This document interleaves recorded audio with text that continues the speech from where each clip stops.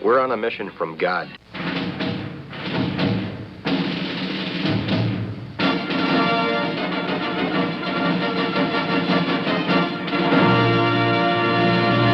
And now for something completely different.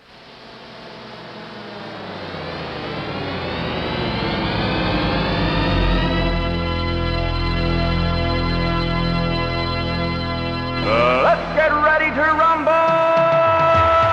Yeah, baby, yeah! This is Pastor Jolly John Lekumsky.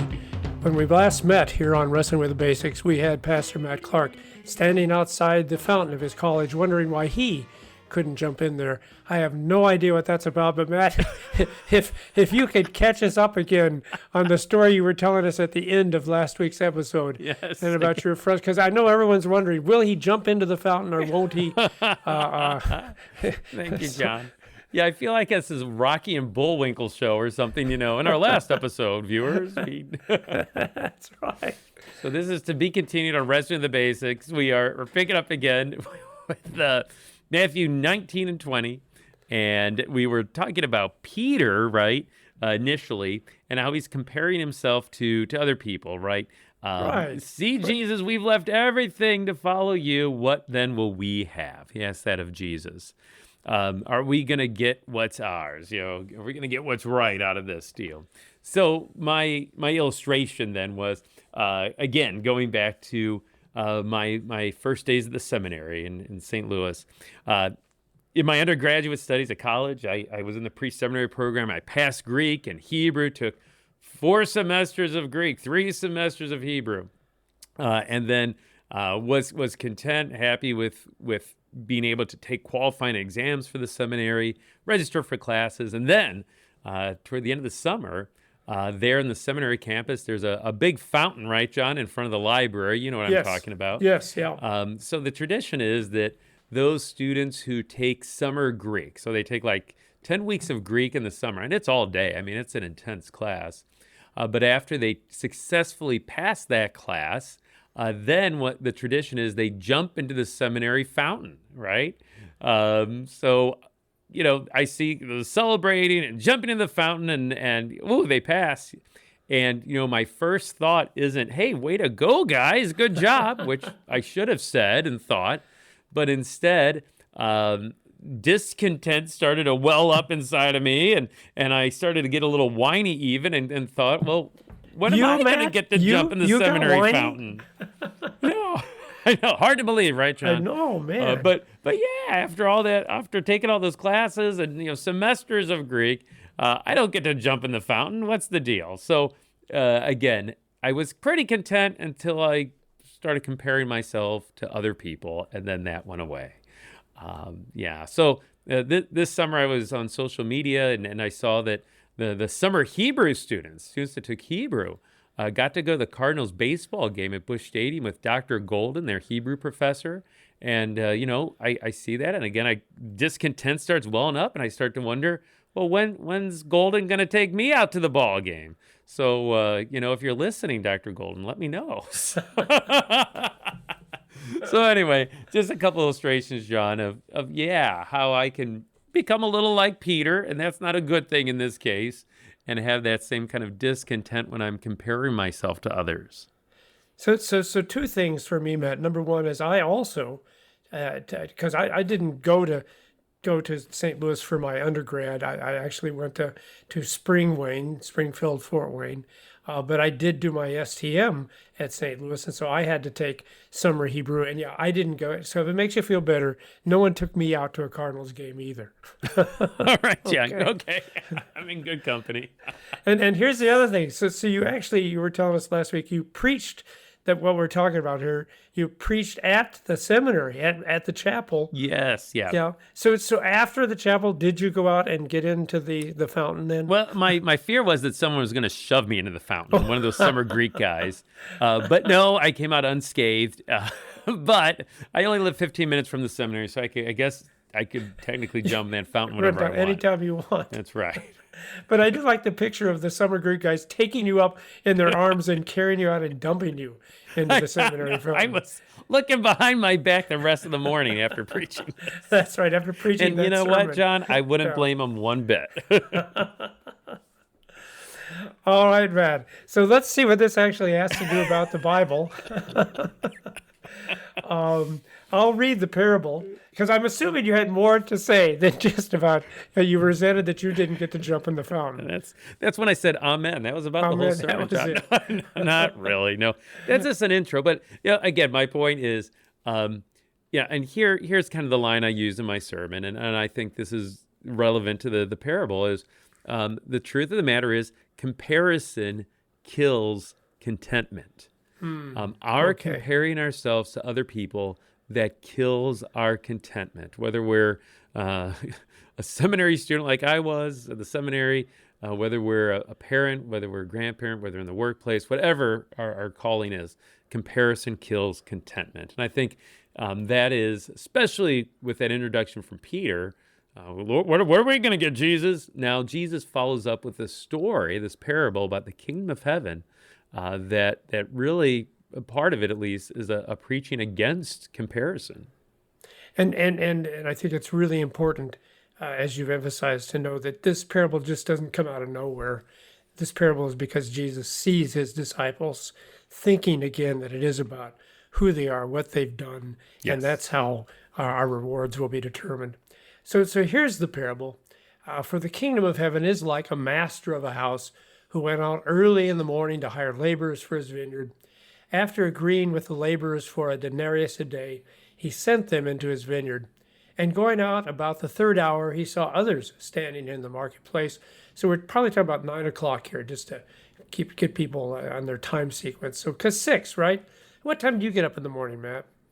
Yeah, about 6. So, so these guys, they're up. They're already working at 6 o'clock, right? Yeah. So the telling of time in the first century in the Roman world here, it was based upon your work. So you worked a 12-hour day. Yep. And so the first hour was 6 o'clock when you started. The third hour, as you pointed out, John, was 9 o'clock, 3 hours into the workday. And really the telling of time revolved around your 12 hours of work. The work schedule. By the way, as a retired guy, I get up at 9. and if I'm at work after lunch maybe, that's when I'll start work. All right, so we got him at 6. That's where the work was started. Now we got him hired at 9. And to them, he said, to those he hired at 9, you go onto the vineyard too, and whatever is right, I will give you. So they went, going out about the 6th hour. So the 6th hour, that would be noon, right? Yep. And the 9th hour. So now we're talking about 3 in the afternoon. He did the same. And here's the kicker, at about the 11th hour. So we're talking 5 o'clock, right, Matt? 5 o'clock. 5 o'clock, yeah. Yeah. He went out and found others standing, and he said to them, why do you stand here idle all day? They said to him, because no one has hired us. He said to them, and this is at 5 o'clock now, you go into the vineyard too. And when evening came, the owner of the vineyard said to his foreman, call the laborers and pay them their wages, beginning with the last up to the first. So real quick, John. Yeah, sure. Yeah, I mean, I guess the unsurprising thing is that people got hired at 6 o'clock, and he says, I'll give you a denarius for working. Yeah. And they say, sure, sounds good to us. And they get to work. Yeah, a denarius was 1 day's wage. So for the common day laborer, 1 denarius was the going rate. So they're like, yeah, we'll work for you for a denarius. And then, he hires these guys at 9, 12, 3, and 5. The last group is just 1 hour before quitting time, right? That's it. And did you notice how much he pledged to pay them? Well, he doesn't say. It's interesting. Exactly. Yeah, he makes a promise to the first guys, a denarius. In fact, they agree with it. Yep. I think that's interesting. Yeah, that sounds like a Exactly. fair wage. Yeah. But he does say he'll do what's right. Yeah. I'll do what's right. Yeah. That's what he says. He'll do what's right. The Lord of the vineyard says, I'll do what's right. I'll do what's right. But it is it's odd behavior. You got to admit, how many people are hiring guys still at 5 p.m., 60 minutes before quitting time. But we still haven't really gotten to the surprising part of the parable yet. So it's like you're getting to, John. It is time to get paid. They're day laborers, so they get paid at the end of the day. That's it. They're hired for one day. That's all. And then if you want to pick up again, go ahead. But before we do, okay, because you're right. At this point, the parable is not confusing, because we have the master of the house, and that's either God the Father or Jesus. All right, because I think Jesus actually elsewhere calls himself the master of the house. He says, if they call the master of the house Beelzebul, what will they say to the other members of the household? Yeah. Obviously referring to himself. And again, of course, we believe that God the Father and God the Son are one God, so it could be either one. But would you agree with me? I just want to make sure we're on the same page. That the master of the house, that's God, that's Jesus, right? Yeah, exactly. So the word is kurios there that's used, the Greek word. So master or Lord, and certainly one that's used to refer to Jesus. And Jesus is the master of the vineyard here. He is the Lord of the vineyard. I think that's pretty safe to say. So I think that's helpful for us to look at that parable then through that lens. That obviously, like any parable, this is a deeper meaning, right? This is more than just a story about guys working in a vineyard, but there's a deeper meaning for Peter and the disciples and for us. And so if the master of the house is Jesus, then that means we're the laborers working in the harvest field. Does that make sense? Would you agree with that? Yeah, definitely. Okay. So I think all Christians, right? We are followers of Jesus. We're working the harvest field, and preaching this at the seminary, like I had the opportunity to. Looking at those laborers in the harvest, right? Some that are have a call even through the church to as deaconesses and pastors to labor in the harvest. And how do we go about that labor? And how do we look at our fellow laborers in the harvest as well? So the point is up to this. This is how it works in our world, right? You work, you get paid. That's how it works. Although, of course, the interesting thing is this is not a parable about how it works in the world. This is a parable how it's like in the kingdom of heaven. Exactly. That's very important, John. All right. And so now we, like you said, now we get to the part where it just goes crazy. It just goes crazy. How much do you want me to read here, Matt? Do you want me to read to the end, or should we take it verse by verse, or what would you like to do? Yeah, well, we could. Let's see. We'll go. Just start reading, John. We'll see. Okay, yeah, just jump in whenever you want. All right. So as we were saying, evening came. The owner of the vineyard said to the foreman, "Call the laborers and pay them their wages, beginning with the last up to the first." And when those hired about the 11th hour came, so remember these only worked an hour, each of them received a denarius. And now when those hired first came, they thought they would receive more, but each of them also received a denarius. And on receiving it, they grumbled at the master of the house, saying, "These last worked only 1 hour, and you've made them equal to us who have borne I love this phrase, don't you? Borne the burden of the day and the scorching heat." Yeah. But he replied to one of them, "Friend, I'm doing you no wrong. Did you not agree with me for a denarius? Take what belongs to you and go. I choose to give to this last worker as I give to you. Am I not allowed to do what I choose with what belongs to me? Or do you begrudge my generosity?" And then again, so the last will be first and the first last. Yeah. Yeah, thanks, John. So it's pay time, right? At the end of the day. And this is where, it starts to get unusual, right? So the Lord of the vineyard, the owner of the vineyard, he begins with those who are hired last, those who work, at the beginning of the 11th hour. And as they come forward, guess how much they receive? One denarius, right? One denarius. Usually a full day's wage. So not bad for just 60 minutes worth of work at all. And you can almost picture these guys standing there sweaty and smelly who have worked 12 back-breaking hours for this guy. And they're standing there and they see this happen. Well, at this point, what do you think they're thinking, John? Well, they're grumbling. Not yet. Not yet. They're not grumbling yet. Oh, I'm sorry. That's what they're expecting to get paid. Wow. If you give a denarius for an hour, who knows what do we get for 12? Exactly. We left everything. Exactly. Oh, yeah, exactly. So, if this owner is that generous with these guys that worked 1 hour, well, boy, what are we going to be in for? Boy, oh boy, I can't wait to see what he gives to us, right? So it's kind of like Peter, who kind of started this parable with that question, Jesus, we left everything. What are we going to get? And that's what these hired first are rubbing their hands. What are we going to receive? And when they come forward to get paid, guess how much they receive? A single denarius. A single denarius. So all the laborers get paid the same wage, regardless of how long they work, regardless of even what they accomplish in their work, it seems. The Lord makes no distinction between his workers. And you can imagine, John, how well that went over.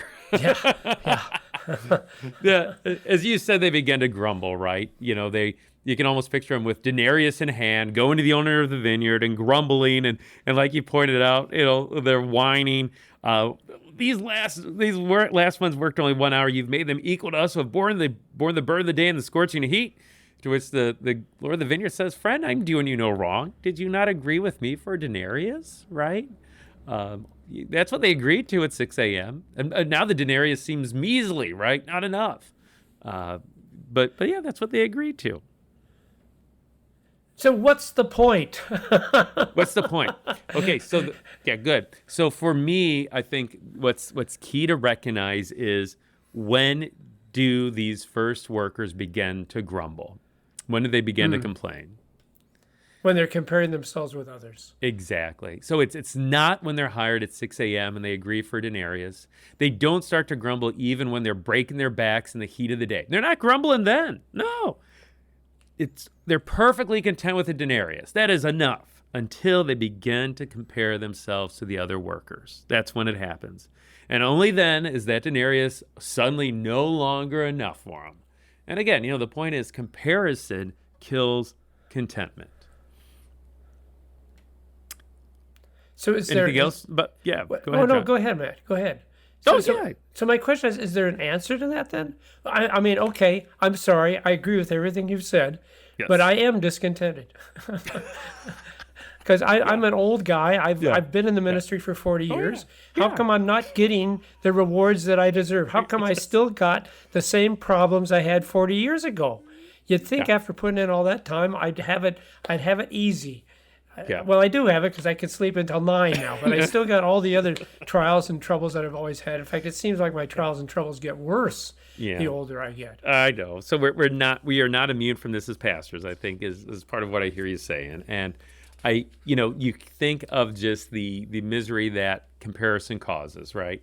Yeah. We think of, in the ministry, and I think there's this examples. We compare ourselves maybe to other churches, right? Their church is in the city, right? They've got opportunities for edgy ministry, and mine doesn't. Or, their church is in the suburbs, and they've got more resources than we have. Or their church has a bigger membership, and they have a bigger staff, and so ministry is going to be easier for that church. Or that church is smaller than my church, and so, well, surely ministry is easier there, right? And as pastors, boy, we get wrapped up in comparison, or comparing ourselves to other pastors. That pastor gets better paid than me. That pastor's more well-liked than me. That pastor is younger than me and has more energy. That pastor's older than me and has a bigger pension. All these comparisons we make, and it just breeds discontent. It kills contentment. I think of just, that's true for anyone. Social media, boy, when we start comparing ourselves to each other, we're content with our vacation over the weekend at the lake until we see our friend post pictures of their 2-week vacation in Disney World. And then all of a sudden, we're discontent. I think Paul was right when he wrote to young pastor Timothy, 1 Timothy 6, where, godliness with contentment is great gain. We brought nothing into this world. We can take nothing out of it. When you think about it, life isn't about comparison. Ministry is not about comparison. But Satan would love to trick us into thinking that it is. He loves to see us comparing ourselves to one another so much that we forget to love one another. He loves for us to be distracted from his pastors, just simply serving the people we've been called to serve at our congregation. He would love to distract us from looking at the one who is the owner of the vineyard, the Lord of the vineyard, Jesus. Yeah. So John, go ahead. Go ahead. No, go ahead. Go ahead. No, so that's more about discontent. But I think what I hear you saying is, well, what's the solution to that, Yes, right, John? that's what I'm saying. Okay, all right, okay. Well, since you asked, let's go back to the Lord of the Vineyard. Let's go back to the vineyard owner in the parable. When you think about it, John, this guy is a terrible businessman, isn't he? Oh, he is. He has no idea how many laborers to hire to work in his vineyard for one day. He's like clueless. He just keeps going on hiring more. And then when it's pay time, everyone gets a denarius. You work 12 hours, you get a denarius. 1 hour, you get a denarius. Whatever. He's a disaster.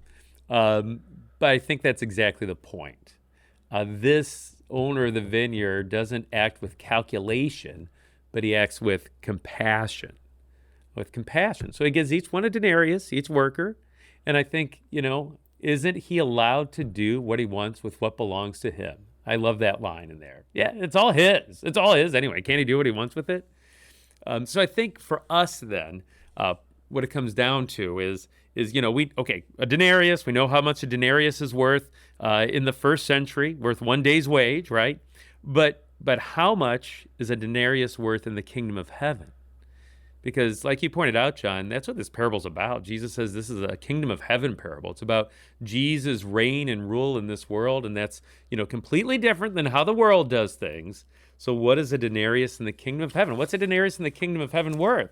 Well, when we think of denarius in those terms, a denarius in the kingdom of heaven, well, that's worth everything that our Lord Jesus Christ, the owner of the vineyard, has promised to give to us.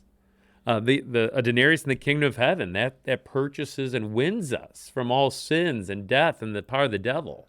That's how much it's worth. A denarius in the kingdom of heaven isn't about gold or silver. It's not about money. It's not about wages, but it's of something of infinitely greater value. It's about that holy, precious blood of Jesus Christ shed on the cross for our forgiveness, even for our sin of discontent at times. A denarius in the kingdom of heaven, that rescues us from death and the devil and our baptism, and it gives us life and salvation now and forevermore in the Lord's Supper. A denarius in the kingdom of heaven.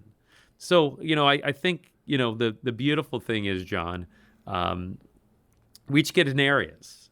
We get a denarius whether we're a first-year seminary student or whether we're the seminary president.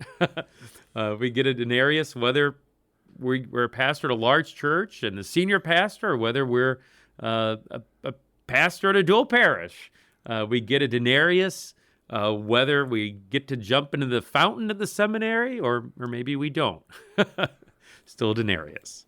And I think of when our labor's finally finished, John, and that's really not until Jesus returns, right? But when Jesus does return, I think we're going to be content with a denarius. No matter who we are, because in the kingdom of heaven, a denarius is going to be enough for us.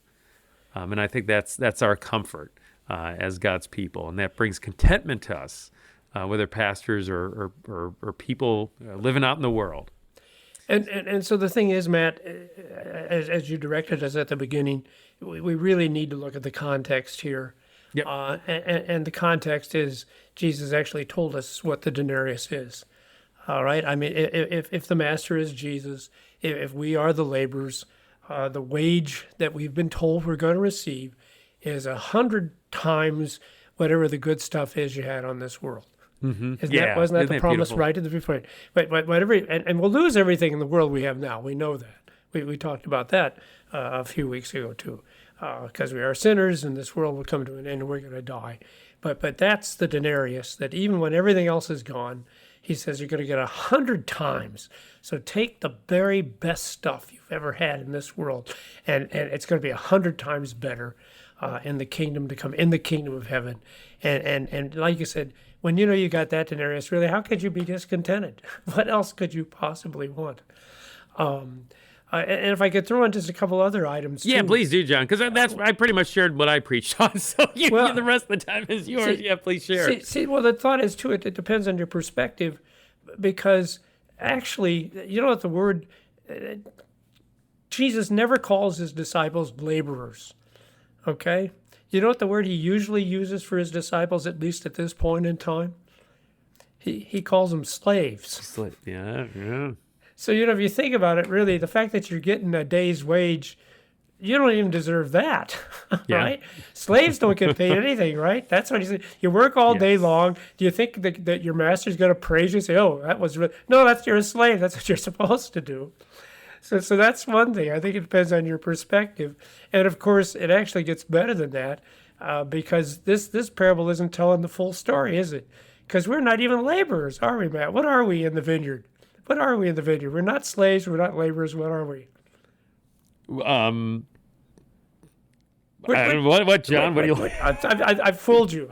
Sorry. What are you looking for? Well, the sons and daughters is what I'm looking for. Sure. Okay. In fact, sons and daughters of the vineyard owner. We've got that story coming up, right, about the father who wants his sons to go out and work. And so that's the cool thing. Everything we've got, it's our Father's, and He's given it to us now. And like I said, in the inheritance of the future, we'll get 100 times better. But the one thing I did want to talk about real quick, because I think it's important here, why did those guys only work for 1 hour? See, because as the people have worked all day long, we think they're lazy, right? That's the problem. They're slackers. They're layabouts. But what does the parable say? The reason they only worked for 1 hour? Yeah. So no one's hired them. No one's come and got them. So they hadn't got the call yet. Yep. No other master wanted them, and I'm assuming it's because they were probably guys like me that have 2 torn rotator cuffs. You don't want me working on your field. I ain't gonna be able to give you a day's work. If I get through an hour, I'm doing good. But see, that's the other thing to remember. Again, in terms of comparison, we shouldn't be thinking, well, man, I go to church every day. Don't I get a little bit better than the guy that only goes on Christmas and Easter? Now, the thing is we ought to rejoice. See, where I saw this, Matt, is we're the people that got called at the beginning in the early morning, right? Because I was baptized as a Christian. You were baptized. I imagine most people listen to us started out in Christianity right from the beginning. And we've been going to church every day. 70 years I've been going to church every Sunday. But see, isn't that great? So I have known from the beginning that God is my Father and that I can talk to Him because He's my dad and He's concerned. I've known from the beginning when I've done wrong, and I've done a lot of wrong, that God forgives me. Jesus has died for me. When I'm hungry spiritually, I always had a table I could go and eat at. And what a wonderful meal. I was satisfied. Hunger and thirst for righteousness, I was satisfied because it was the body and blood of my Jesus who gave up His life for me. So, yeah, it's great that we were hired at the beginning because this has been a great vineyard to work in and even greater blessings ahead. This has been Wrestling with the Basics.